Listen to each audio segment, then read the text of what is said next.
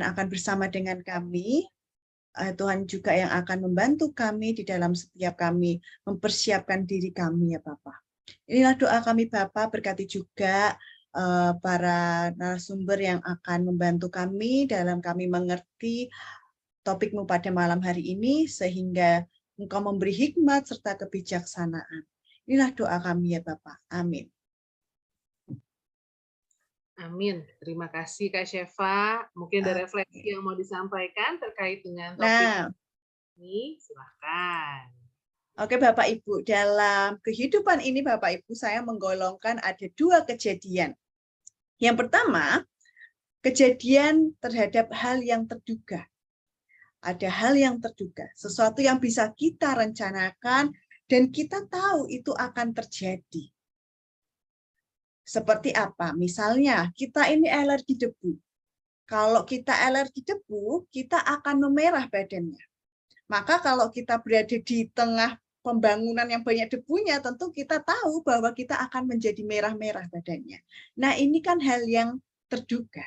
Tapi ada juga hal-hal yang tidak terduga, yang datang begitu saja tanpa ada aba-aba, sehingga kerap kali kita nggak bisa tuh mempersiapkan diri, bahkan kita kagok gitu ya. Maka dari itu disebut tidak terduga.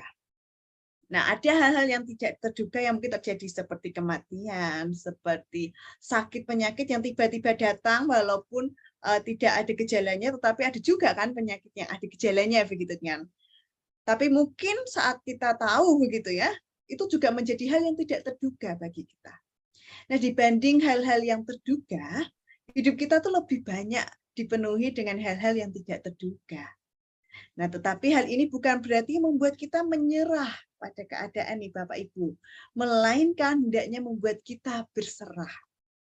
Nah, Paulus dalam suratnya kepada jemaat di Kolose Bapak Ibu, mengingatkan bagaimana sikap manusia baru dalam relasi bersama dengan Tuhan dan sesama.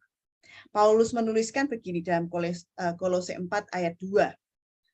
Bertekunlah dalam doa dan pada itu berjaga-jagalah sambil mengucap syukur.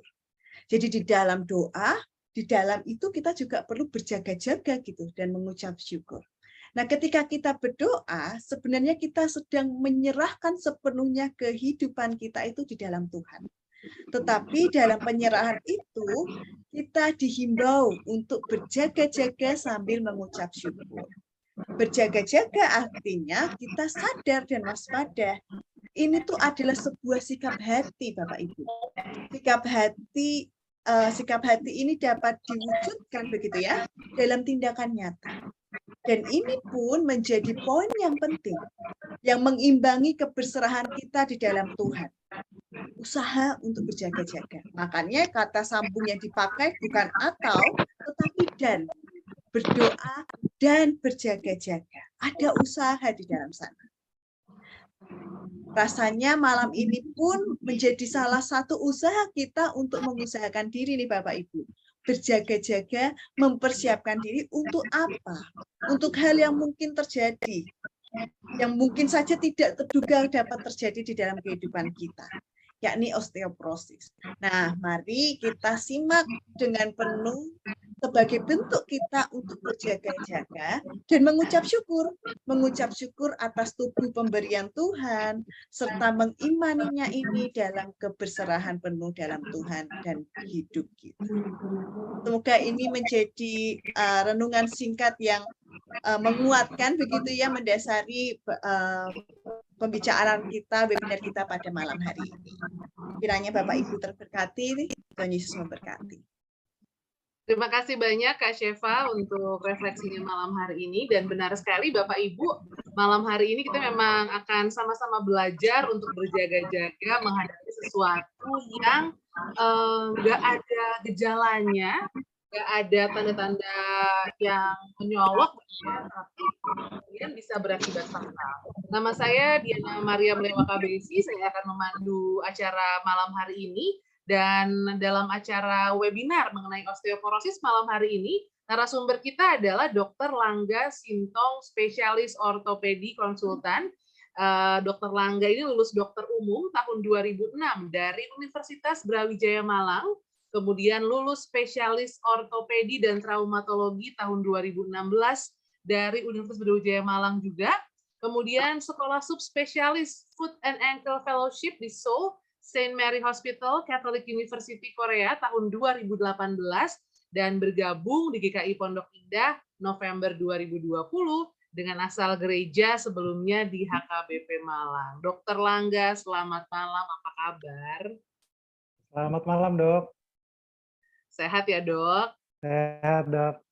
Masih muda belia sekali ya dokternya, tadi kalau katanya Pak Frans ya, mudah-mudahan juga nular awet mudanya ya, Dok ya, yang hadir malam hari ini. Oke, tadi Kak Shefa di awal udah bilang kalau kita akan berjaga-jaga membekali diri dengan sesuatu yang nggak ketahuan gejalanya. Kalau katanya orang silent disease gitu ya. Nah, silakan dokter dibagi ilmunya mengenai osteoporosis, dan buat Bapak Ibu yang mau bertanya, kita akan dengarkan dulu pemaparan Dokter Langga malam hari ini. Kemudian silakan kalau mau bertanya nanti boleh ditulis di kolom chat ya pertanyaan untuk Dokter Langga apa saja terkait dengan osteoporosis ini. Dokter Langga, silakan. Baik, terima kasih dokter. Saya share screen ya.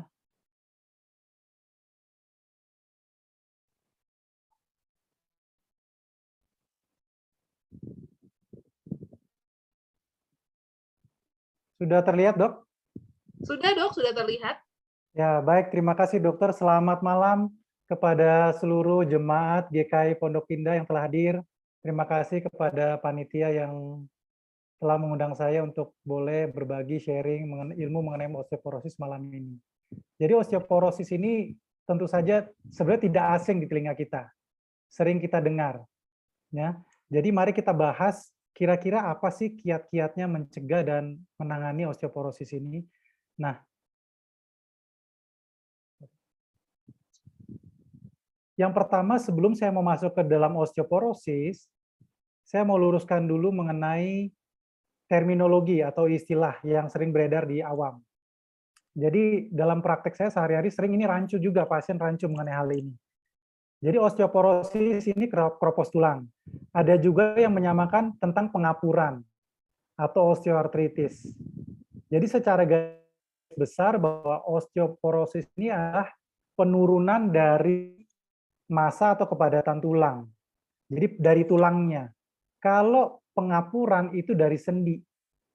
Ya, jadi sendi itu yang menghubungkan antara kedua tulang. Beda. Jadi kalau pengapuran atau osteoartritis di sendi, kalau pengeroposan itu di tulang. Nanti kalau suatu saat mau bahas tentang osteoartritis, boleh. Sekarang kita membahas mengenai osteoporosis. Jadi seperti ini. Jadi yang warna putih ini adalah sendi. Nah, ini adalah kalau dia radang sendi ya atau pengapuran osteoartritis itu adalah proses degeneratif atau proses penuaan di sendi. Sedangkan kalau pengeroposan itu adalah kepadatan tulangnya yang berkurang. Nah, jadi ini ya, jadi sudah terminologinya paham ya. Beda. Tadi jangan gitu.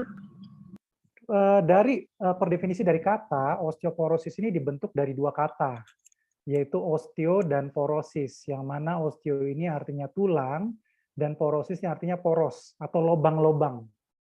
Jadi tulangnya itu berlobang-lobang, lobang-lobangnya banyak, besar-besar, sehingga ini dinamakan osteoporosis. Nah, kalau kita lihat secara mikroskopik, kita lihat secara lensa mikroskopis ya, jadi ada namanya matriks tulang. Matriks tulang ini suatu anyaman. Anyaman tulang yang berisi mineral-mineral dan sel-sel tulang tentunya. Kalau yang normal kita lihat anyamannya tebal. Ya, yang sebelah kanan itu gambaran osteoporosis, anyamannya tipis ya, sehingga terbentuk seperti bolong-bolong besar. Jadi anyaman matriksnya ini tipis ini. Ya. Dan karena dia tipis, bolong-bolongnya besar, otomatis jadi ini kepadatan tulangnya berkurang dan meningkatkan risiko dari patah tulang. Secara definisi menurut WHO, jadi osteoporosis adalah penyakit yang ditandai massa tulang yang rendah, ya, dan juga ada penurunan kualitas dari jaringan tulang yang akhirnya menimbulkan kerapuhan pada tulang, yang pada akhirnya lagi bisa menyebabkan gampangnya terjadi patah tulang. Jadi penurunan massa tulang menyebabkan tulangnya rapuh, tulangnya rapuh menyebabkan gampang patah tulang.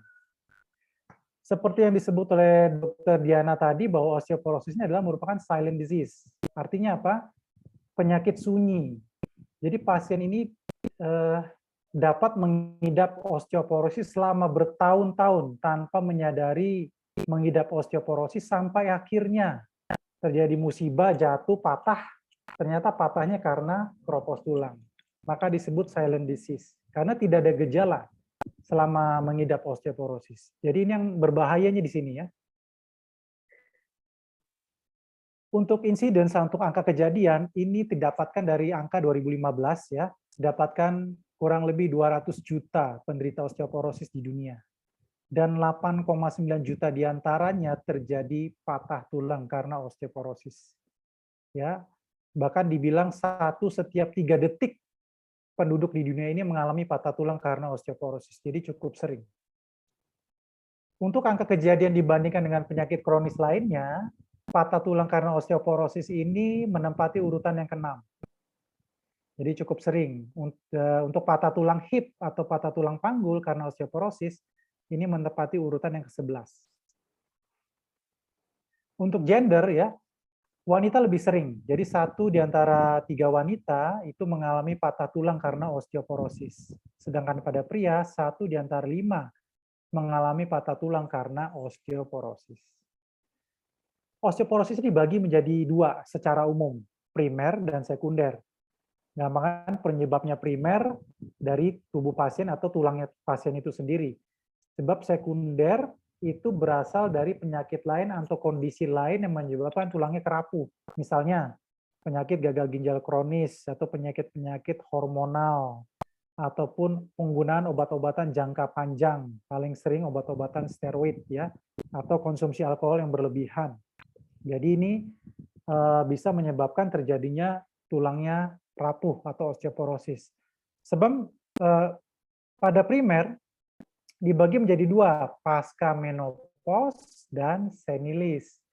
Pasca menopause ini biasanya didapatkan pada wanita usia 51 sampai 75 tahun. Sedangkan kenapa? Karena pada saat menopause hormon estrogen pada wanita turun. Padahal hormon estrogen ini salah satu fungsinya adalah mengatur distribusi kalsium ke tulang. Sehingga kalau ini hormonnya turun, sehingga dapat terjadi osteoporosis. Ya.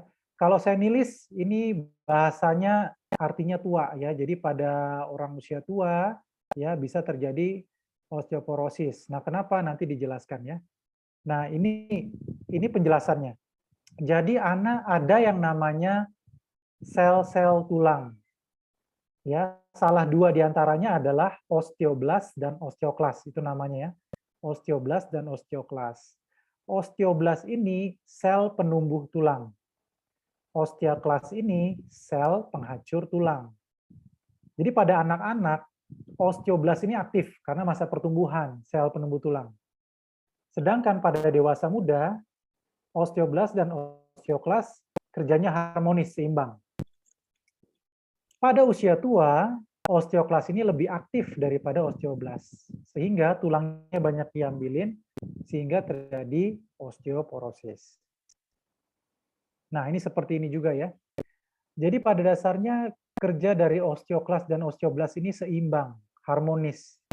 Jadi pada saat terjadi kerusakan pada sel tulang, ya, ataupun pembaruan, ataupun ada injury, biasanya sel-sel tulang yang mati atau yang rusak akan diambil oleh osteoklas. Nah, dengan osteoklas bekerja, dia akan memberi sinyal kepada osteoblast untuk bekerja, untuk menggantikan tadi, untuk menumbuhkan tulang-tulang tersebut. Nah, pada usia tua, sel-sel osteoklas lebih aktif atau lebih banyak bergerak, sedang osteoblast lebih tidak aktif. Sehingga terjadi ketidakseimbangan. Osteoklasnya aktif mengambilin tulangnya, sehingga tulangnya menjadi keropos, rapuh, dan mudah terjadi patah tulang. Jadi kira-kira begini ya gambarannya. Nah, seperti yang sudah dijelaskan tadi ya, jadi pada akhirnya matriks tulangnya tipis. Ya, tipis sehingga gampang patah seperti ini. Ya. Bayangkan pada gambar tersebut adalah itu tulang paha ya, ini tulang panggul, ini tulang pangkal paha. Bayangkan tulang pangkal paha ini adalah tulang yang paling besar di dalam tubuh kita. Ya. Nah, sekarang bedanya apa? Orang yang jatuh patah tulang karena sepeda motor atau orang yang jatuh patah tulang karena kropos. Apa bedanya? Bedanya adalah di mekanisme injurinya. Ya. Jadi sebenarnya untuk matain tulang itu gak gampang. Matain tulang itu butuh gaya yang kuat. Misal jatuh dari sepeda motor kecepatan tinggi, patah wajar. Ataupun jatuh dari ketinggian, patah wajar. Nah, patah yang bagaimana? Ada yang namanya trivial injury. Artinya injurinya tidak signifikan menyebabkan patah tulang. Sebagai contoh, misal kalau orang jatuh dari ketinggian kita berdiri, kalau dari ketinggian kita berdiri jatuh dan patah, itu namanya trivial injury. Ya, artinya injurinya tidak signifikan menyebabkan patah tulang. Bayangkan dengan pemain bola. Main bola disengkat, guling-guling, jatuh, nggak patah. Nah, sedangkan pada orang tua yang paling sering ya, jatuh, kadang jatuh terduduk saja dari tempat kursi ya, patah tulangnya. Nah, itulah yang membedakan patah tulang kropos sama patah tulang yang tidak kropos. Jadi dari mekanisme injurinya. Nah, faktor risiko. Faktor risiko ini satu, tentu saja usia, ya, semakin tinggi usia, semakin tinggi resikonya. Kemudian wanita lebih tinggi risikonya dari pria, ya, karena pengaruh hormonal, dan etnis Eropa dan Asia juga lebih banyak. Kemudian ada penyakit-penyakit yang lain atau sekunder yang seperti sudah disinggung ya, penyakit hormonal, gagal ginjal, atau penyakit-penyakit yang mengharuskan kita tirah baring lama, ya, jadi tiduran terus. Itu bisa menyebabkan osteoporosis. Atau secara perilaku ya, alkohol, merokok, ya, kekurangan asupan vitamin D, kalsium, atau hidup sedentary. Sedentary itu maksudnya hidup tidak aktif ya, jadi hanya makan tidur ya, tidak ada kegiatan atau exercise ataupun malnutrisi. Yang keempat, penggunaan obat-obatan jangka panjang, yang paling sering adalah steroid ya. Nah, gejalanya tadi seperti saya bilang tadi, gejalanya bisa silent. Kalau dia nyeri berarti biasanya sudah terjadi patah tulang ya. Nah, gejala lain juga bisa terlihat ya, seperti postur bungkuk ya. Dan cara membuktikannya gampang ini. Jadi kita berdiri di tembok, tumit nyentuh tembok, kemudian bokong sentuh tembok. Jika kepala kita jaraknya 5 cm dari tembok, berarti ada tanda-tanda osteoporosis atau tubuhnya bungkuk ya. Kemudian juga bisa tinggi badan yang berkurang seiring waktu ya. Atau yang ketiga sering patah tulang bolak-balik ya. Atau kadang juga nyeri punggung ya, bisa juga ini gejala-gejala awal dari osteoporosis. Nah, kalau sampai patah yang paling sering adalah urutan pertama adalah patah tulang pada tulang belakang yang paling sering. Nomor 2 patah tulang pada panggul, pangkal paha. Yang ketiga patah tulang pada pergelangan tangan. Yang keempat patah tulang pada pangkal bahu atau lengan, pangkal lengan ya. Itu yang keempat. Nah, cara mendiagnosisnya gampang ya, dengan kalau sudah terjadi patah, diagnosisnya dengan ronsen cukup ya. Seperti gambar yang sebelah kiri ini tulang panggul ya, ini patah ya, pecah. Kemudian ini tulang belakang yang ini, lihat gepeng ya. Yang normalnya dia seperti ini kotak. Ya, ini kan kotak, kotak, kotak. Ini mulai gepeng, ini gepeng. Nah, ini patahnya. Kemudian yang ini ya, ini patah juga, ini pergelangan tangannya. Ini juga ya, patah. Ya, ini pangkal lengan ya. Kemudian bisa juga dilakukan screening. Ya, screening ini untuk menentukan apakah kita osteoporosis atau tidak ya, dengan cara bone mineral densitometry atau namanya BMD. Ini pemeriksaannya cukup mudah ya. Hanya 15 menit seperti ronsen, dicek 3 titik, tulang belakang, pangkal paha, pergelangan tangan. Dengan nanti hasil tersebut kita bisa tahu kadarnya apakah kropos atau menurun ringan osteopenia ataupun normal.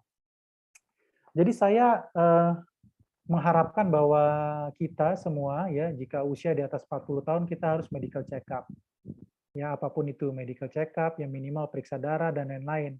Dan jika menopause, pada wanita khususnya menopause lebih dari 1 tahun, disarankan periksa bone mineral densitometry setiap tahunnya.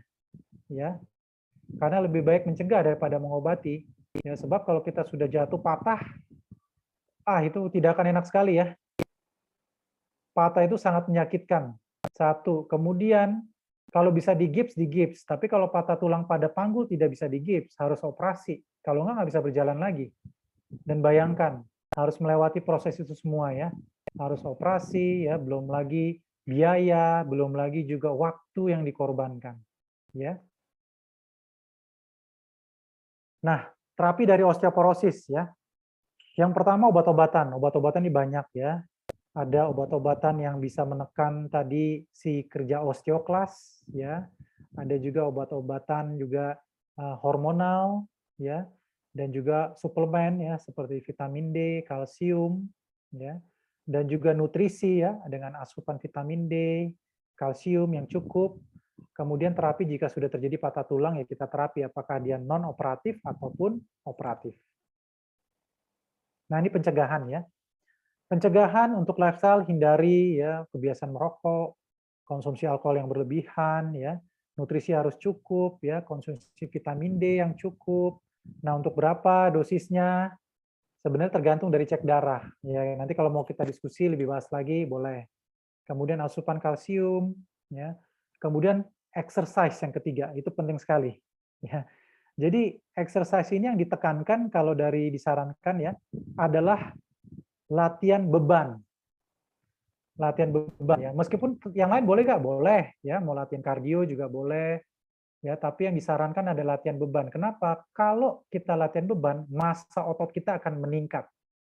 Kalau massa otot kita meningkat, maka tulang kita kuat. Kenapa? Karena otot kita melekat pada tulang. Ya. Jadi bagaimana nih kita nih yang kalau sudah usia tua main beban ya, bisa sebenarnya ya dengan beban ringan tentu saja ya, bisa dengan stretching band ya, tidak perlu dengan beban ya, kalau misal mau dengan beban juga boleh dengan barbel ataupun botol aqua juga boleh ya. Jadi harus ada beban, harus ada rangsangan ya, karena tulang kita ini pada dasarnya selain sebagai kerangka tubuh kita, dia sebagai bank mineral, deposit dari mineral. Jadi, kalau tidak dipakai, itu diambilin. Ini nggak dipakai nih, ya udah kita ambilin buat yang lain. Ya, karena deposit mineral ini kita ada kalsium, ada magnesium, ada fosfor, ada lain-lain ya. Nah, kalau kita exercise, artinya tulang itu ada rangsangan.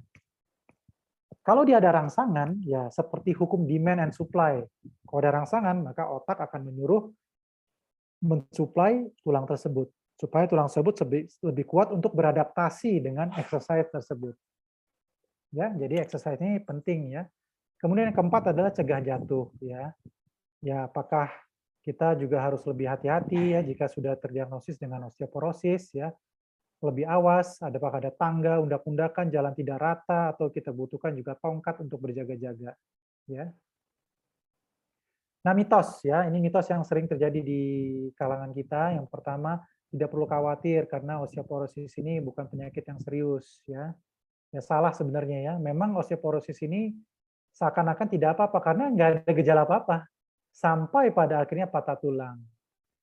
Kalau patah tulangnya simpel nggak apa-apa, cukup digips. Tapi kalau patah tulangnya serius, apalagi terdapat komplikasi, itu yang repot ya. Karena pada usia tua khususnya kalau kita operasi kadang-kadang post operasi bisa juga mampir ICU dulu untuk observasi ya. Kita kan juga nggak mau seperti itu. Jadi lebih baik mencegah lebih dini. Kita tahu osteoporosis kemudian kita tangani daripada sudah kejadian patah tulang. Nah, yang kedua, pria dan orang berusia muda nggak usah khawatir karena ini penyakit wanita tua, salah. Ya, seperti saya sebut tadi ya, 1 di antara 5 pria bisa mendapatkan osteoporosis, bahkan orang muda. Tentu saja karena sebab yang lain ya, pada penyakit-penyakit yang lain atau sebab sekunder ya. Yang ketiga, saya tiap hari ini makan kalsium, minum susu supaya tidak kropos.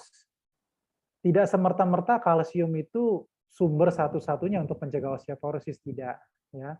Ada yang lain ya, vitamin D, kemudian ada juga exercise ya, ataupun obat-obatan, jangan-jangan minum obat-obatan ya yang bisa menyebabkan kropos. Kemudian yang keempat, jika Anda menderita osteoporosis sudah pasti atau tidak terlindungi lagi Anda dari patah tulang. Sebenarnya tidak ya.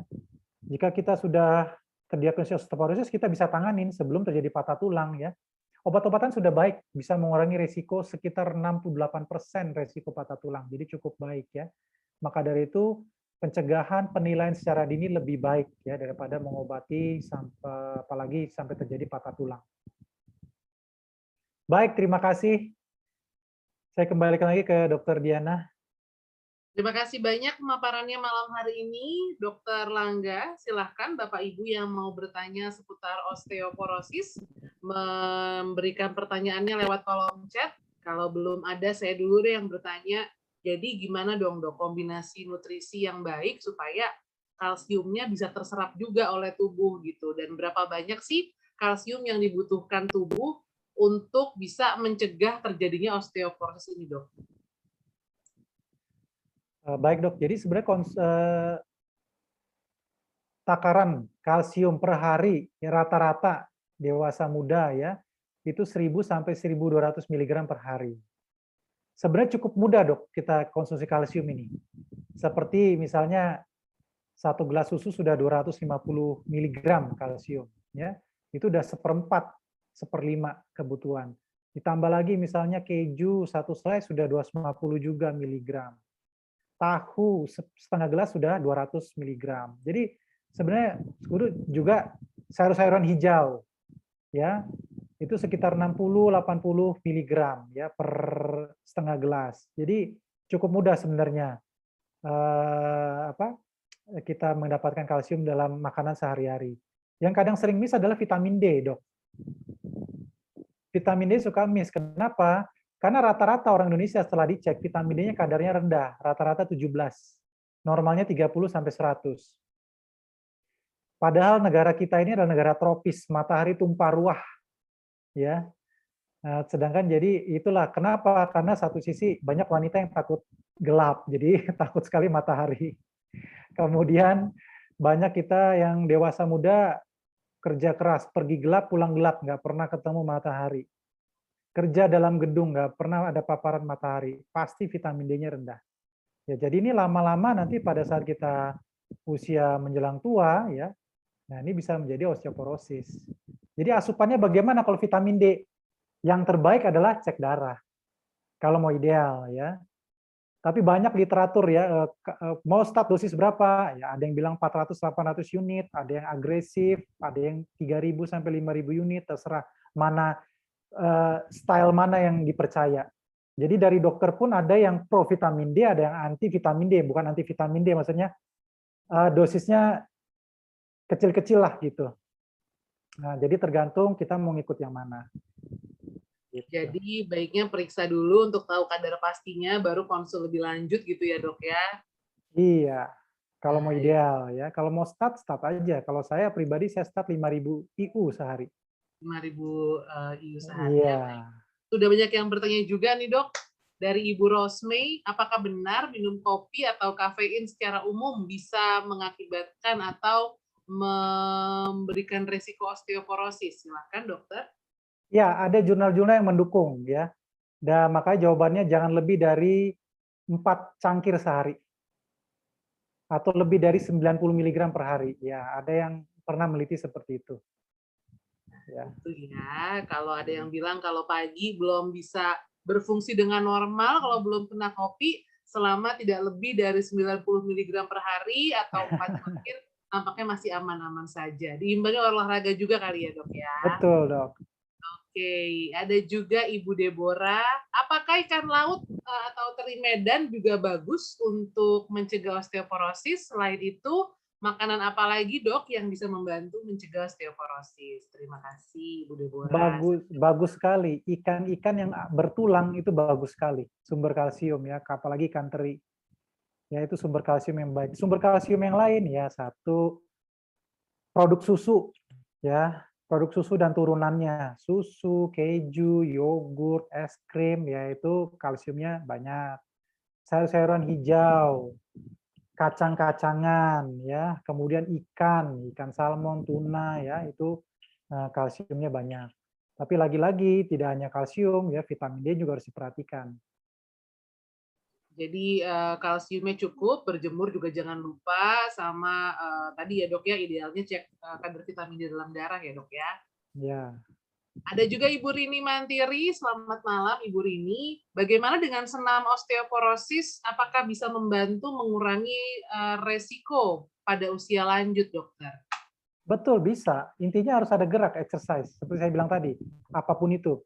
Ya, meskipun yang direkomendasikan adalah beban, main beban, itu lebih ideal ya. Cuma kalau senam osteoporosis yang penting ada gerak, dia ada hentakan, ada rangsangan ya.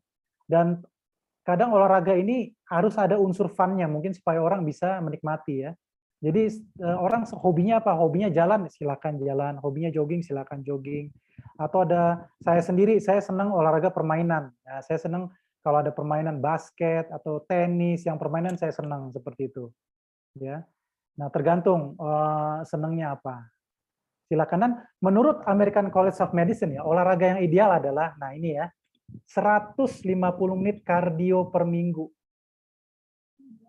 Ditambah 2-3 kali resistance training atau latihan otot. Itu yang ideal kombinasi. Saya pun belum memenuhi itu. Ya. Saya belum memenuhi. Jadi itu yang ideal, 150 menit kardio per minggu. Apa aja kardio macam-macam, jalan cepat, lari, tenis, badminton ya berenang itu kan kardio.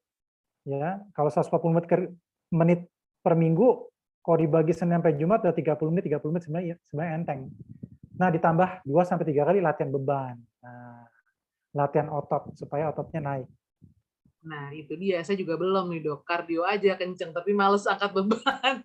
Jadi, ya, Bapak Ibu ya, harus kardio 150 menit per minggu. Jangan dilihat angkanya, tapi kalau kita cicil setiap hari cuma 30 menit, adalah waktunya ya. Sama 2-3 kali latihan beban atau resistance ya. Ada juga Bapak Fred J. Santoso, di pasaran ada vitamin D3 kombinasi dengan vitamin K2. Ini seperti apa ini, dok? Ya, jadi ya boleh suplemen vitamin K2. Vitamin K2 ini salah satu fungsinya dia untuk mengambil kalsium ke tulang. Jadi kadang-kadang kalau kita main vitamin di dosis yang tinggi, ya sebaiknya kita sertai vitamin K2. Karena ada efek dari vitamin D dosis tinggi, yaitu hiperkalsemia, penumpukan kalsium dalam darah. Ya, tapi jarang terjadi, biasanya kalau konsumsi di atas 30.000 IU per hari, nah itu baru. Ya, tapi kalau di bawah itu saya rasa masih aman. Lebih baik lagi, jadi kalau vitamin D3 ditambah K2 lebih bagus lagi kombinasinya, mantap. Yang mantap Pak Fred ya, bisa diterapkan kalau memang sudah mengkonsumsi. Dari Bapak atau Ibu Pipi, pantangannya apa dok kalau sudah kena osteoporosis? Pantangannya jangan sampai jatuh, itu aja. Nah, jadi harus hati-hati, saya selalu bilang sama pasien saya, mata harus lebih awas, lebih hati-hati, jangan terburu-buru ya. Biasanya yang paling sering jatuh itu adalah pagi hari, jam 5 pagi. Bangun pagi, ngantuk, ya licin, keburu kebelet pipis, nah itu paling sering. Ya, saya 2 minggu ini udah dapat 6 kasus patah tulang panggul karena kropos. Dioperasi semua. Dalam 2 minggu banyak sekali. Jadi kalau aja ya dok ya, kalau ya? Kamu disatuin dulu nyawanya. Betul. Gitu. Pelan-pelan, jangan langsung ke kamar mandi gitu ya. Oke. Iya, makanya hati-hati, pantangannya jangan sampai jatuh, itu aja. Pantangannya jangan sampai jatuh, Bapak Ibu lebih hati-hati kalau bangun tidur ya. Jangan terburu-buru, pelan-pelan aja. Ada Ibu Mora, dok kalau mau berjemur yang efektif jam berapa nih dok untuk bisa dapat vitamin D? Ya, jadi banyak teori ya. Yang terbaru adalah jam 10 sampai jam 2. Ya. Kalau dulu kan pagi-pagi ya. Ya, yang terbaik adalah jam 10 sampai jam 2. Nah, caranya bagaimana? Yang ideal adalah 80% kulit terpapar. Jadi yang ideal adalah, mohon maaf, pakai pakaian dalam aja, kayak bule tengkurap, itu yang ideal. Telanjang memang benar. Lamanya berapa lama? Masing-masing orang beda. Banyak penelitian, ada yang 13 menit sudah bisa mendapatkan 20.000 IU ya. Kemudian tapi patokan yang benar adalah ada yang namanya minimal erythemal exposure ya. Jadi pada saat kita berjemur, suatu saat kulit kita akan kemerahan. Nah, itulah dinamakan minimal dose berjemur. Jadi kalau misalnya kita patokan kita nih, misalnya 15 menit kita berjemur kemerahan kulit kita, stop. Jadi berikutnya kita berjemur 10 menit. Kenapa? Karena waktu kulit kita kemerahan, tubuh sudah tidak mau lagi terima vitamin D. Nah, jadi percuma. Yang ada malah injury terhadap kulitnya. Akan tetapi sebenarnya, gimana dok? Silakan lanjut dulu dok. Ya, akan tetapi sebenarnya usia di atas 40 sebenarnya kulit kita sudah tidak bagus lagi terima vitamin D ya. Maka kadang sumber vitamin D kan tidak melulu hanya dari matahari, makanan, tapi kita bisa juga tambah dengan suplemen. Ya. Tapi kira-kira sih begitu kiat-kiat untuk berjemur ya. Baik. Nah, ngomongin soal berjemur tadi itu, dok, bukannya takut jadi gelap kulitnya, tapi kan kalau nggak pakai sunscreen juga bahaya nih dok, sinar mataharinya gitu ya. Nah, apakah sunscreen bisa menghambat penyerapan vitamin D dok? Tentu saja, tentu saja dong. Jadi nggak boleh pakai sunscreen dong dok pas berjemur? Iya. Aduh, Makanya juga kita juga tidak terlalu lama kan. Dan sebenarnya yang kita bikin injury kan ultraviolet A, yang kita incer kan ultraviolet B. Nah, itu kan banyaknya di jam-jam sekian. Oke. Gitu. Kalau ada juga dok kalau pakai baju gimana? Ada yang pakai baju pakai payung. Percuma dapat panasnya aja. Jadi memang harus kulit harus terpapar. Ya, nanti ada namanya tubuh kita ya prehormon, dia akan merubah prehormon tersebut menjadi vitamin D. Nah, jadi kulit harus ketemu sinar matahari. Ya, memang. Jadi kalau berjemur cari tempat yang agak private gitu ya, Maka di itu. belakang rumah. Nah, kalau misalnya nggak ada waktu berjemur, ya salah satunya ya berarti makanan sama suplemen. Berarti. Oke, pertanyaan berikutnya ini dari Bapak atau Ibu Ate. Kalau minum vitamin D yang 5.000 IU, ini kok BAB-nya jadi agak keras. Itu ada hubungannya nggak sih, Dok? Biasanya enggak ya. Tapi memang macam-macam merek kan beda-beda ya. Dan respon orang juga beda-beda. Kadang-kadang zat pembawanya itu ya, tapi setahu saya vitamin D tidak menyebabkan sulit BAB. Oke. Dari Ibu Deborah, apakah operasi di lutut karena osteoporosis memiliki efek samping? Dan apakah suntikan pencegah osteoporosis benar-benar efektif? Oke, kalau kita ngomongin osteoporosis di lutut, mungkin itu osteoartritis ya, pengapuran mungkin ya. Kalau kita ngomong operasi, tentu saja operasi pasti ada resikonya. Bahkan setiap kita keluar rumah pun kita beresiko. Pada saat kita keluar rumah, kita resiko terpleset, kita resiko waktu nyebrang tertabrak motor, ya, kita resiko terlambat ke kantor, ya, kita resiko terkena hujan, resiko itu pasti ada. Bahkan operasi, ya, resikonya infeksi, perdarahan, cedera saraf, pembuluh darah, tapi tentu saja itu kan kecil. Dibanding dengan keuntungannya lebih besar keuntungannya daripada kerugiannya. Ya makanya jangan lupa kita berdoa setiap kita mau operasi. Jangan sampai ketemu komplikasi atau ya, dan lain-lain tersebut. Nah kalau suntikan pencegahan, kalau sudah terdiagnosis osteoporosis, ya bisa diberikan, bisa. Oke. Ada Ibu Sri Hidayat, selamat malam. Beberapa bulan lalu cek darah, kadar vitamin D di atas 65. Dan sampai hari ini masih minum vitamin D 5.000 IU. Apakah akan terus berlangsung selamanya, Dok? Atau beberapa bulan atau harus cek lab lagi nih untuk kadar vitamin D, Dok? Ya, nah udah bagus itu, 65 kan udah normal ya. Normalnya 30-100 sudah normal. Ya cara mempertahankannya dengan konsumsi vitamin D. Jadi kalau kita nggak konsumsi 2 minggu turun pasti.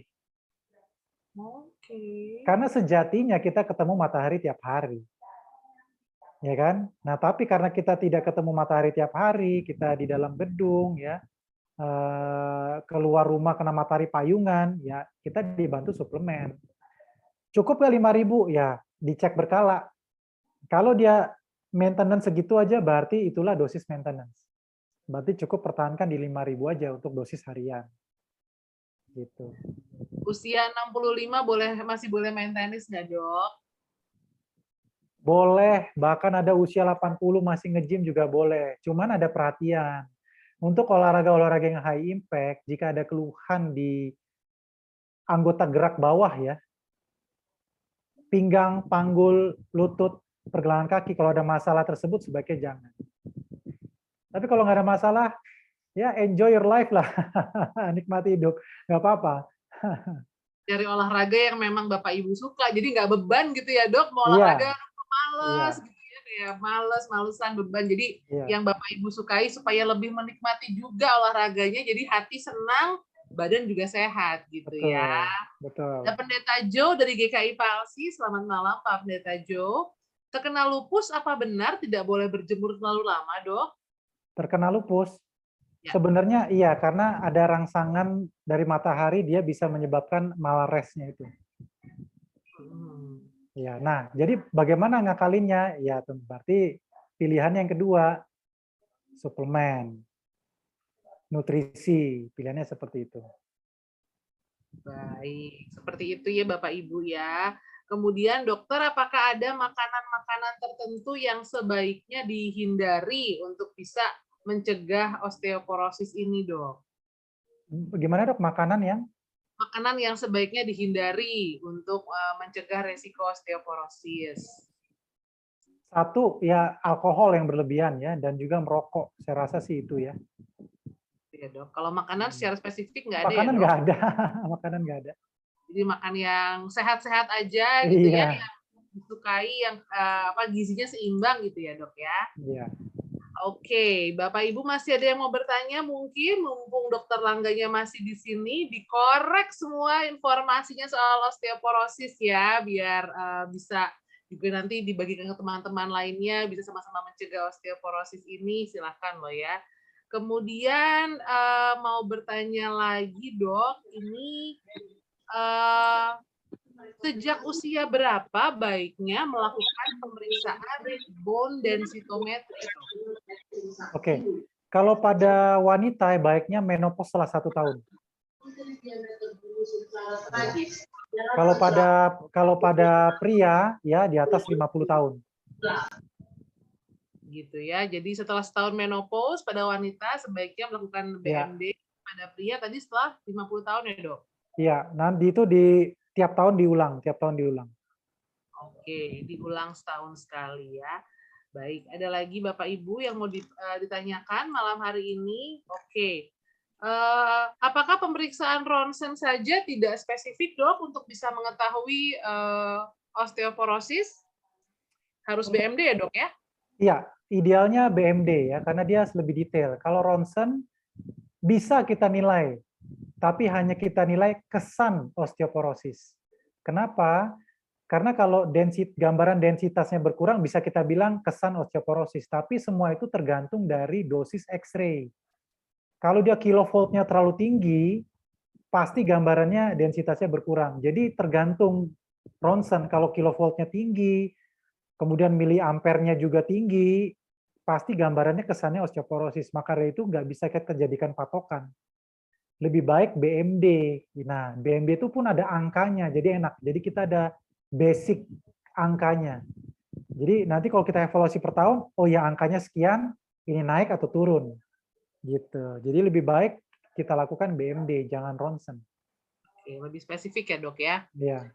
Bapak Wahyu, Dok, apakah anak-anak bisa terkena osteoporosis, Dok? Bisa. Biasanya sekunder ya, karena penyakit-penyakit tertentu bisa. Oke. Cuman jarang sekali, jarang sekali. Jarang ya. Ibu Lia, selamat malam. Kalau disuntik cairan di lutut, maksudnya obat mungkin ya Bu ya, apakah tetap boleh jika sudah mengalami osteoporosis? Berarti kalau suntik cairan di lutut ini biasanya osteoartritis ya. Boleh, karena tidak ada hubungannya dengan osteoporosis, boleh. Boleh ya, Ibu Boleh. Lia. Ibu Mora, susu apa yang paling tepat untuk diminum, Dok? Apakah harus susu yang memang marketingnya itu adalah untuk osteoporosis atau boleh susu UHT aja, Dok? Bebas, bebas. Tergantung bagaimana kita mau mengkondisikan konsumsi kalsium kita per hari. Kalau memang kita sekiranya kurang asupan dari yang lain, misalnya daging, kemudian sayur-sayuran, kita bisa ditinggiin di susunya dengan susu-susu yang kalsiumnya tinggi. Tapi enggak juga nggak apa-apa, ya. Karena kan tidak semerta-merta semua dari susu. Kalau cuma bergantung pada susu nggak akan cukup. Ya, kita harus susu dan juga yang lain, dan juga tidak hanya kalsium, jangan lupa vitamin D. Dan tidak hanya vitamin D, jangan lupa exercise. Ya. Ya. Jadi kalau susu sudah, vitamin D sudah, tapi mager alias males gerak, kayaknya ya agak sia-sia juga ya, Dok ya. Iya. Oke, ada juga bagaimana dengan obat osteoporosis yang diminum dengan jangka waktu tertentu dan badan harus tegak, Dok, minumnya. Apakah itu juga efektif, Dok? Iya, iya. Jadi salah satu golongan bifosfonat itu dia ada beberapa macam. Ada yang diminum tiap minggu, ya itu tadi mungkin ya. Ada yang diminum tiap bulan, ada injeksi tiap 3 bulan, ada infus tiap tahun. Kalau yang diminum biasanya diminum pagi hari, perut kosong, badan tegak, ya. Kenapa? Kenapa dia harus perut kosong? Nggak boleh yang lain. Satu, penyerapannya jelek, jadi harus sendirian, ya. Makanya pagi hari. Nah, kenapa badan harus tegak? Nggak boleh tidur lagi karena dia suka naik, ngerangsang asam lambung. Jadi kalau tiduran dia bisa naik lagi. Makanya badan harus tegak sejam biasanya. Jadi ada perhatian-perhatiannya. Bisa nggak efektif? Nggak efektif, bisa. Nanti itu diminum selama setahun, waktu setahun dicek lagi. Nah, kira-kira udah bagus apa belum? Kayak gitu. Ibu Lili Surya Mulyana, nah ini fiksi atau fakta nih, Dok? Pernah dengar setelah berumur 60 tahun sebaiknya tidak banyak makan jeruk yang asam-asam karena bisa bikin osteoporosis. Ini mitos atau fakta, Dokter Langga? Mitos. Mitos ya, jangan percaya Bu Lili ya. Boleh kok makan jeruk yang asam-asam. Boleh. Hati-hati lambungnya Hati-hati tapi ya. lambung paling ya, Dok ya, kalau Iya. misalnya kebanyakan. Iya, enak yang manis, jangan yang asam. Nah, itu dia. Ibu Emalia Suhandi, saya 71 tahun, badan sehat, suka senam tiap pagi, vitamin juga udah. Cukup nggak, Dok, nih untuk bisa mencegah osteoporosis? Cukup, bagus. Jadi nutrisi, ya vitamin D yang cukup, exercise bagus sekali. Ya, untuk mengukur secara objektif, BMD lebih baik. BMD lebih baik ya, silakan Ibu Emalia, kalau sudah ada waktunya melakukan BMD ya Bu, untuk lebih yakin aja gitu ya. Ada Pak Frans Heri, dokter, apakah ada faktor genetika yang bisa mempengaruhi terjadinya osteoporosis pada seseorang, Dok? Iya, jadi genetika juga ada peran ya. Seperti juga hal yang lain. Jadi ada orang yang lebih mudah terjadinya osteoporosis, ada yang tidak. Ya karena itu tadi pengaruh hormonal dan lain-lain. Jadi ada orang yang juga menopausnya lebih cepat, ya kan? Ada juga yang lebih lambat. Nah, seperti itu. Oke, Ibu Farida, selamat malam. Dokter, untuk periksa kadar vitamin D yang diperiksa itu yang dalam darah atau yang dalam tulang ya, Dok? Di dalam darah. Dalam darah. Dalam darah ya, Ibu Farida. Dan apa benar, nah ini lagi nih, Dok, mitos atau fakta, Dok, susu yang tinggi kalsium berefek ke penyakit batu ginjal? Bukan susu mengandung kalsium, tapi kalsium yang berlebihan bisa. Kalsium. Ya. Jadi konsumsi kalsium yang berlebihan bisa menyebabkan batu ginjal, apalagi tidak diikuti oleh asupan cairan yang baik. Ya. Jadi akhirnya kalsiumnya numpuk, bisa numpuk di ginjal, jadinya batu ginjal. Gitu. Oke, seperti itu ya Ibu Farida. Jadi bukan susunya, tapi kalsium berlebihannya yang bisa berefek. Dan kurang minum, ya itu dia. Oke, ada lagi nih, Dok. Mitos atau fakta, Dok, kalau habis makan belimbing, ini nggak boleh minum susu karena bisa bikin batu ginjal. Enggak, mitos. Mitos ya, Dok, mitos, ya? Mitos. Oke. Kemudian juga ada pernah periksa kepadatan tulang dengan menggunakan alat yang diperiksa bagian tumit. Apakah sama dengan alat yang tadi dokter tunjukkan? Beda, beda. Itu tidak akurat. Beda. Oke. Ya, itu hanya screening. Yang ideal adalah di 3 titik. Tulang belakang, pangkal paha, pergelangan tangan. Itu yang ideal. Yang ideal seperti itu ya. Dokter, apakah kalau sudah menopause sudah pasti divonis osteoporosis nantinya? Tidak. Tidak selalu ya, Tidak, Dok? karena osteoporosis bisa dicegah. Ya, dengan nutrisi, vitamin D, kemudian exercise, ya bisa dicegah. Baik. Ini Ibu Pipi raise hand nih, mau bertanya langsung mungkin ya. Ibu Pipi, silahkan kalau mau bertanya. Lu sudah kena osteoporosis, Ya, yang Ibu. harus sudah kena osteoporosis, yang harus diperhatikan itu apa selainnya jangan jatuh? Maksudnya kalau olahraga itu kan ada gerakan-gerakan tertentu. Nah, apakah ada gerakan yang dilarang sama sekali setelah kena osteoporosis ya, Dok? Ya. Sebenarnya kalau gerakan yang spesifik dilarang nggak ada, Ibu. Ya, kalau Oh, olahraga bebas Ibu mau olahraga apa. Cuman yang ideal Ibu yang direkomendasikan adalah main beban. Oh, main beban. Main beban. Iya. Beban bisa beban barbel, apapun itu, atau beban tubuh. Ya, dengan body weight bisa. Ya, ataupun dengan resistant band juga bisa. Ya, jadi yang ditarget adalah naikkan massa otot. Nah, itu Dok. Maksudnya kalau lagi ada enggak umpamanya osteoporosisnya ini lagi kambuh sakitnya dari pinggang ke kaki gitu, kayaknya lemes, pegel. Emang begitu apa enggak, Dok? Nah, justru yang harus cari adalah apakah benar penyebab nyerinya karena osteoporosis. Udah Belum tentu. osteoporosis? Ya, Sudah, Dok? betul. Sudah osteoporosis. Dan apakah nyerinya karena osteoporosis? Kayak misalnya gini, Ibu ada kolesterol, terus Ibu ada sakit di jempol kaki. Apakah kolesterol menyebabkan sakit di jempol kaki? Bisa-bisa tidak berhubungan. Kesannya jempol kaki Ibu misalnya cantengan. Jadi misalnya gitu. Jadi, ya Ibu ada osteoporosis. Nah, nyeri pinggangnya harus dievaluasi. Apakah otot, apakah ada saraf terjepit, ya kan? Ataupun ada microfracture karena osteoporosis. Karena yang menyebabkan nyeri pada tulang belakang osteoporosis ada terjadi microfracture. Jadi patah tulang kecil-kecil. Karena sejatinya osteoporosis tidak menyebabkan nyeri. Oh.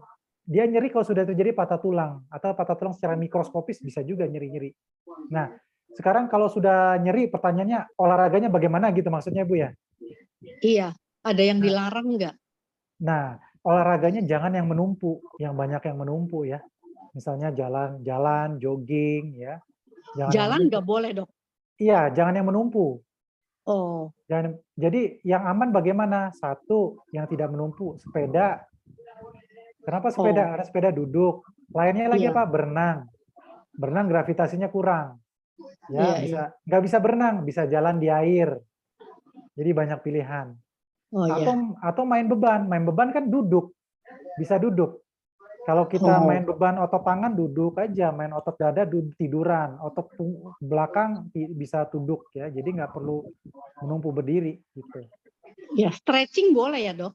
Stretching boleh. Stretching boleh sambil tiduran. Boleh banget. Oh ya, terima kasih, Dok. Iya, Ibu. Makasih. Sehat-sehat ya. Makasih. Terima kasih Ibu Pipi, semoga menjawab makasih, ya. Dok. Makasih. Jalan udah boleh, Pak. Pastikan kenapa gitu ya. Baik. Ada lagi mungkin Bapak Ibu yang masih mau bertanya malam hari ini, silakan loh, mumpung bisa tanya-tanya langsung sama Dokter Langga terkait dengan osteoporosis ini, boleh ya. Oke, dokter, kalau ada spur, kemarin baru periksa ke ortopedi, apakah ada kaitan dengan osteoporosis juga? Silakan dokter. Beda. Spur itu tanda dari degeneratif atau penuaan atau pengapuran yang disebut. Spur itu pengapuran ya. Jadi itu tanda dari degeneratif atau aging karena penuaan. Bukan karena osteoporosis. Beda lagi ya berarti ya. Baik. Kemudian juga dokter tadi katakan sayur-sayuran hijau itu baik kandungan kalsiumnya, tapi di lain pihak ini asam uratnya tinggi, Dok. Jadi harus gimana ya, Dok? Ya, jadi kan tidak semerta-merta harus bergantung pada sayuran. Ya, kalau asam urat tinggi kan yang tidak boleh makanan tinggi purin, ya kan? Seafood bercangkang, kacang-kacangan, sayur hijau, jeroan, ya kan? Apalagi alkohol. Banyak suplemen yang lain. Satu, misalnya ikan masih bisa sebagai sumber dari kalsium ataupun vitamin D. Susu masih bisa. Ya, jadi tidak berpatok pada sayur-sayuran. Kacang-kacangan juga jangan kan, pada asam urat nggak boleh. Oke, seperti itu ya.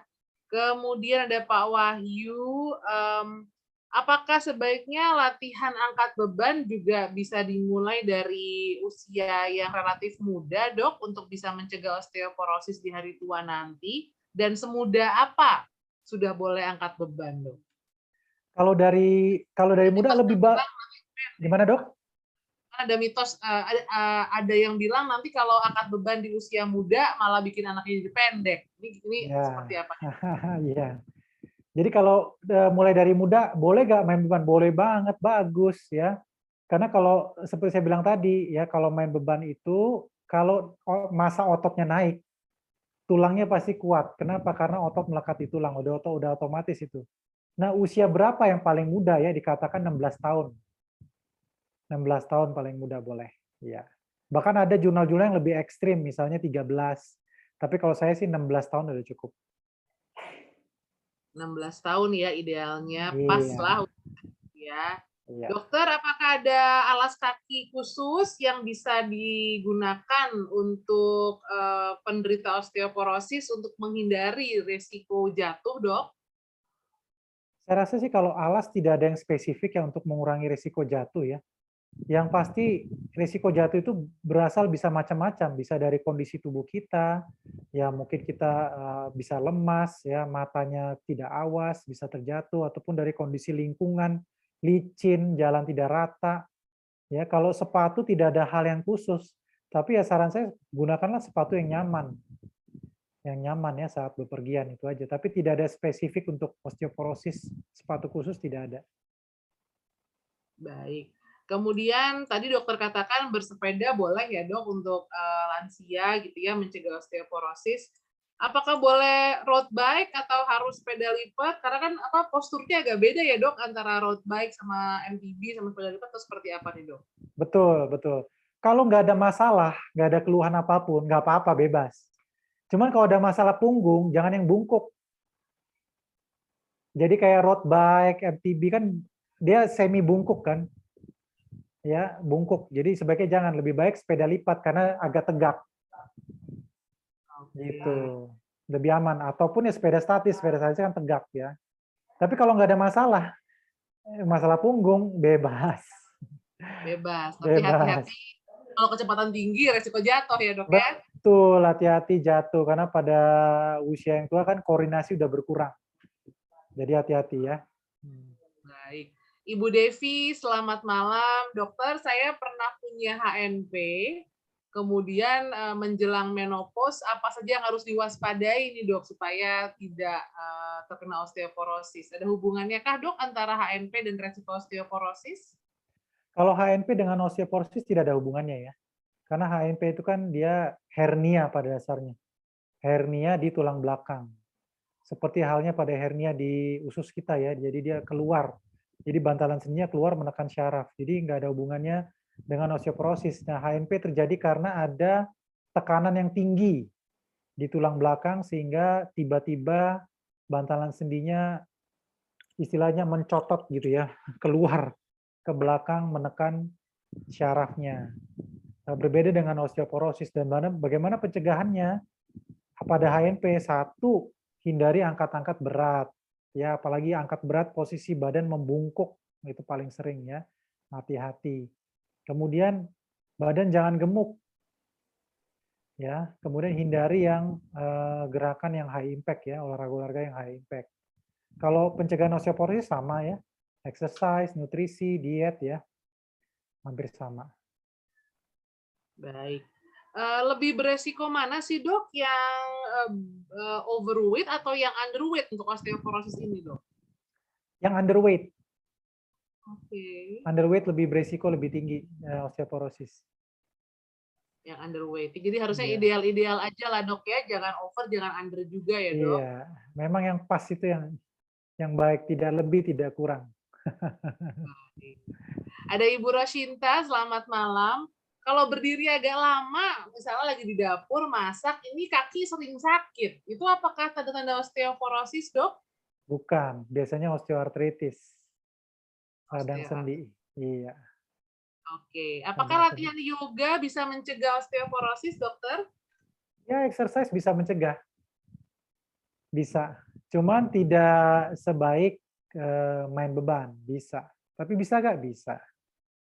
Jadi dikombinasi aja ya dok, stretchingnya ada, bebannya ada, Betul. Oke, Ibu Roshinta semoga menjawab ya. Ada lagi Bapak Ibu yang mau ditanyakan perihal osteoporosis ini? Silahkan, kami masih menantikan pertanyaan Anda di kolom chat. Dokter, ada lagi mungkin yang mau ditambahkan dokter soal osteoporosis? Silahkan. Saya rasa itu ya dok. Tadi ya udah antusias sekali ya. Pertanyaan-pertanyaan mitos dan lain-lain ya. Kalau saya sih yang saya tekankan adalah satu, jangan lupa exercise, karena exercise itu merupakan suatu investasi. Ya, investasi bagi tubuh kita. Karena tubuh kita ini selain sebagai baitnya Tuhan, kita sebagai kendaraan untuk kita menjalani kehidupan ini. Ya, tentu saja kita ingin menjalani kehidupan dengan baik, dengan sehat. Sakit itu nggak enak loh. Kalau kita sakit kelingking aja, bete, bisa bikin bete, sakit. Apalagi kalau sakit-sakit sampai patah tulang besar ya. Jadi olahraga ini merupakan suatu investasi. Jadi saya mendorong untuk semua yang di sini untuk start olahraga. Apapun itu, sekecil apapun itu, start olahraga. Ya. Pada akhirnya setelah kita berolahraga, the joy atau feeling setelah berolahraga itu akan terbayar. Beneran.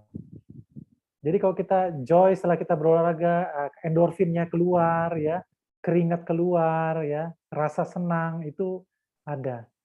Jadi dan juga investasi buat kedepannya ya. Saya telah melihat banyak sekali ya orang-orang tua khususnya yang berolahraga, yang badannya bagus, main beban, itu fit. Ya, saya punya mentor guru ya, seorang dokter ya sudah usia 67 tahun badannya masih fit. Ya, karena apa? Karena olahraga. Dan tidak ada komorbid. Nggak ada diabetes, nggak ada darah tinggi, sehat gitu ya.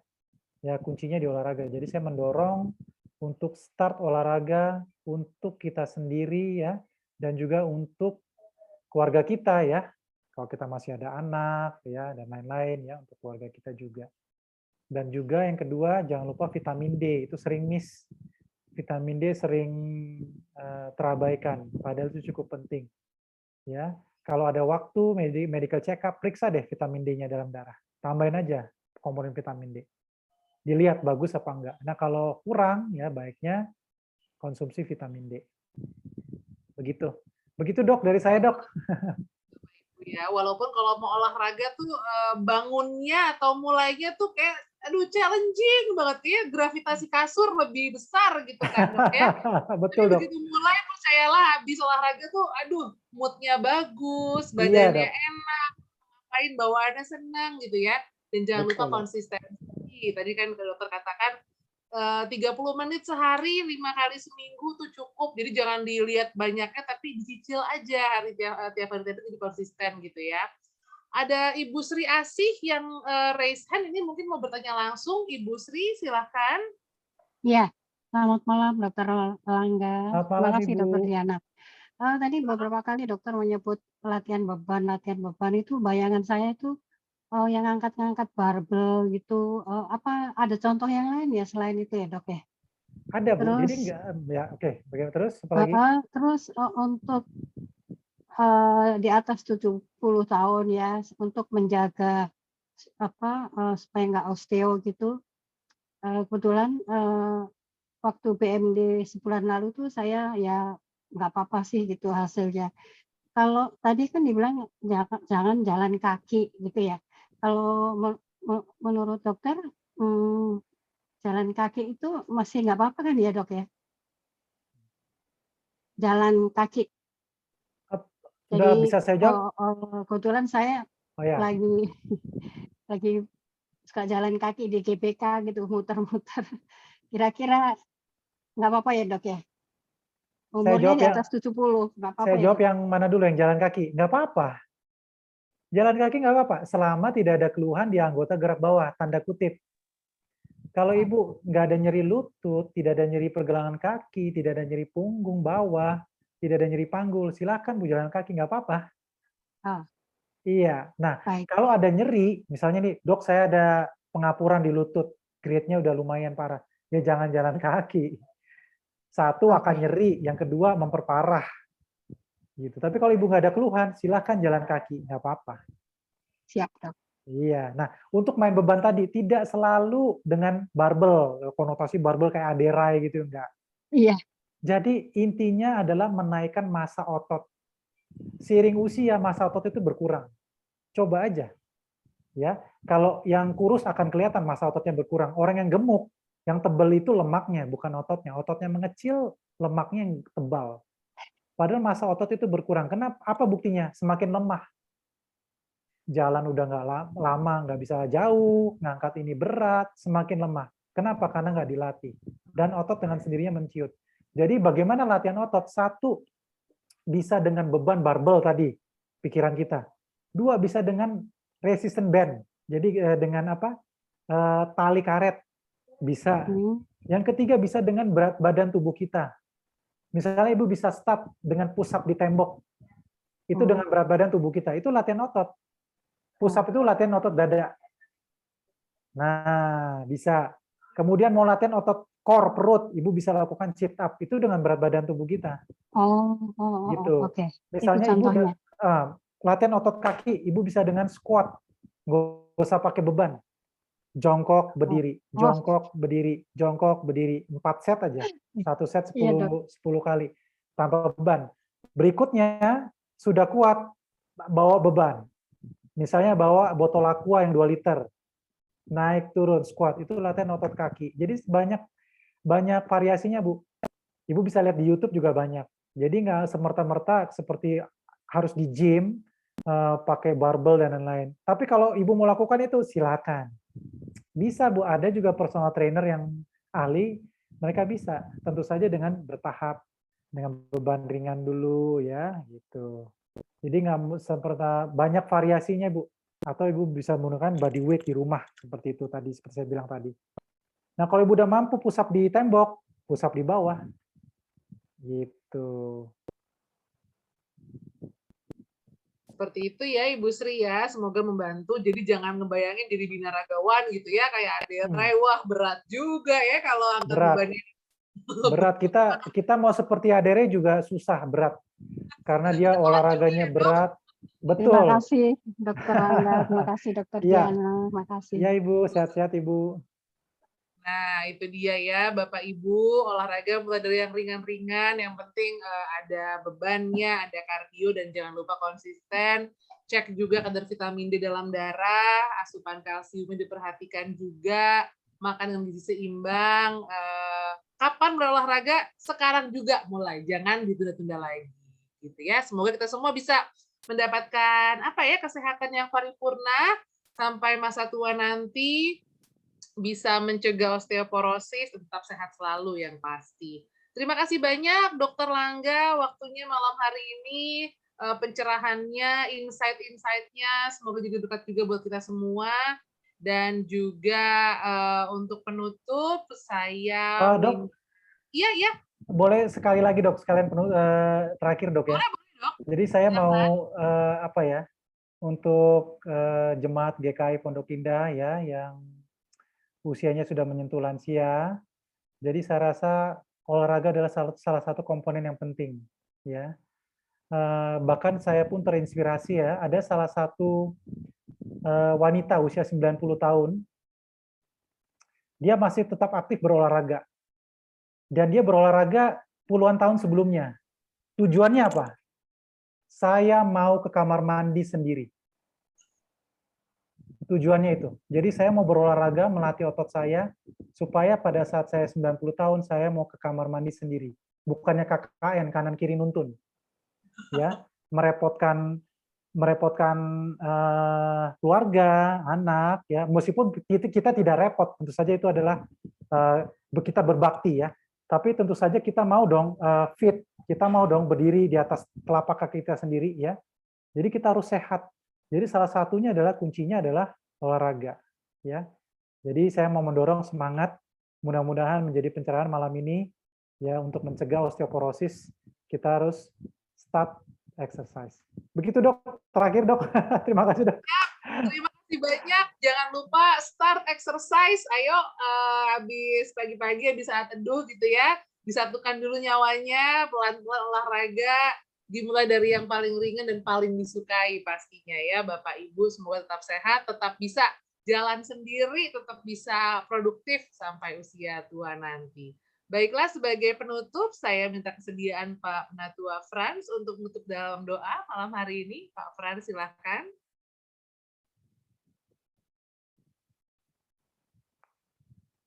Ya, terima kasih Dokter Diana. Tadinya saya mau tanya dok, kenapa kok yang ikut session ini dari 68 orang cuma 10 orang yang laki-laki ya? Kenapa ya dok? Tadinya saya mau tanya. Rumput yang bergoyang kalau itu kayaknya. Apa dokternya masih muda gitu kan? Mungkin itu ya. Ya, jadi atas nama Mabit Kespel untuk Bapak Pelkes ya yang sudah menyelenggarakan ini, kami mengucapkan terima kasih kepada Dokter Langga. Ini kalau ingat Dokter Langga ini ingat Dokter Tamrin nih di acara Dokter OZ ya.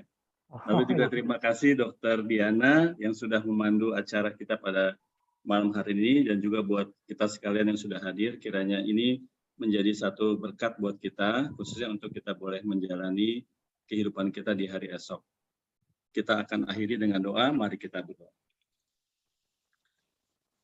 Bapa yang dalam kerajaan surga, kami bersyukur karena berkat Tuhan dalam kehidupan kami tidak putus-putusnya, khususnya berkat melalui Dokter Langga yang sudah menjelaskan kepada kami tentang manfaat kami untuk boleh menjaga tulang kami dari penyakit osteoporosis.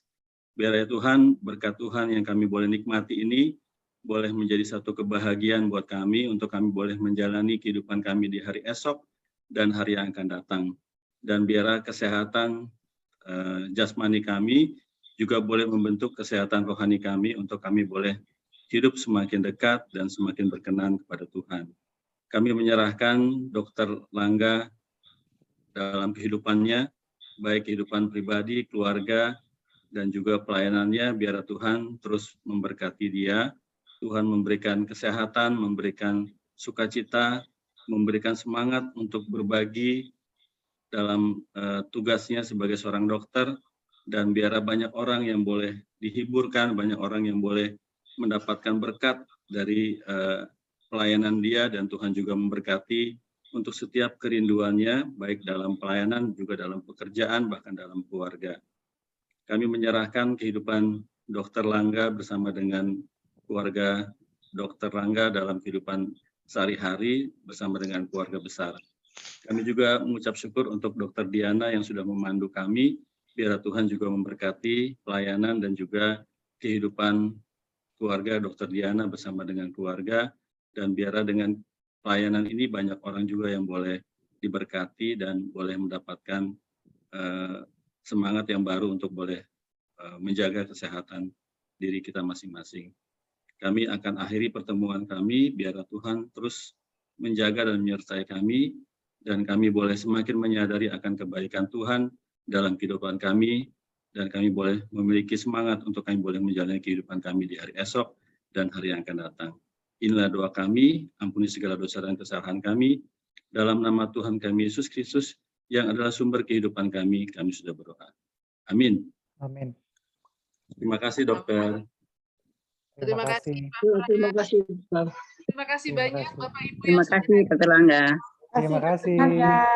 Terima Makasih kasih. dokter, ibu semua. Terima kasih Dokter Diana. Sama-sama. Kak Diana. Terima kasih Pak Pras. Sama-sama. Terima kasih Dokter Diana. Terima kasih Bapak Ibu. Selamat malam. Diana, Erlangga. Sama-sama. Pak Pras, Frans, terima makasih kasih. Bapak. Nanti. Siap. Terima kasih.